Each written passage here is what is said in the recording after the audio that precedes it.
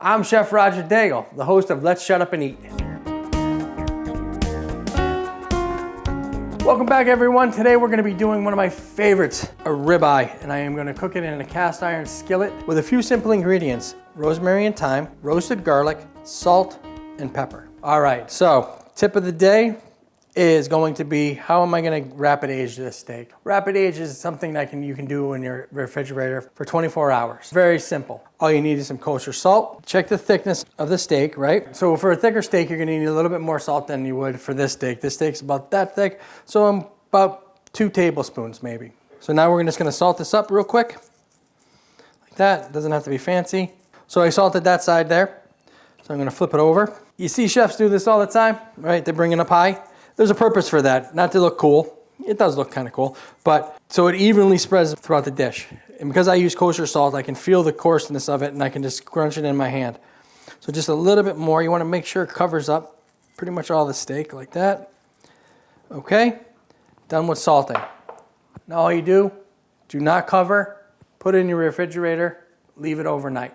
Okay, now we're ready to cook up this steak.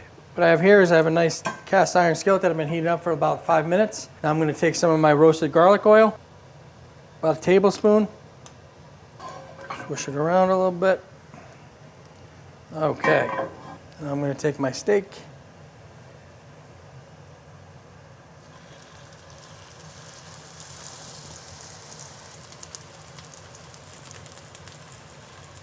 So I'm going to sear this on both sides for about 5 minutes on each side. You're looking for a steak-like consistency. It's going to be nice and golden brown. I'll show you in about 5 minutes. That's been about 5 minutes.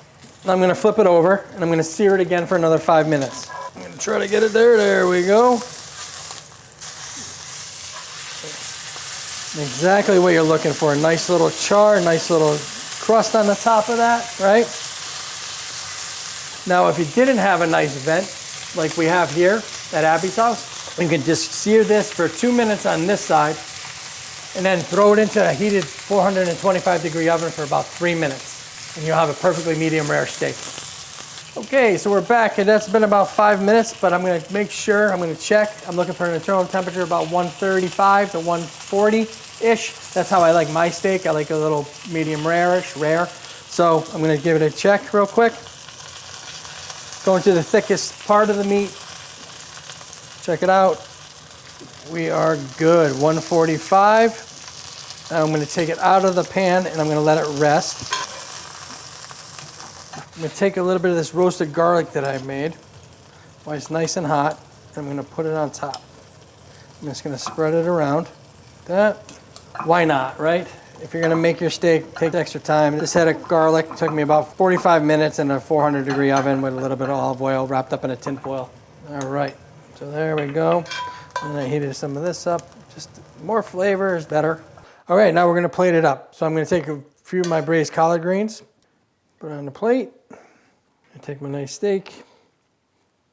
It's a bone-in strip steak. Here's our grilled strip steak with roasted garlic and rosemary and thyme. Now that we're done, let's shut up and eat. For more recipes, check out my Facebook page at Roger Daigle or subscribe to me on YouTube, Roger Daigle Jr.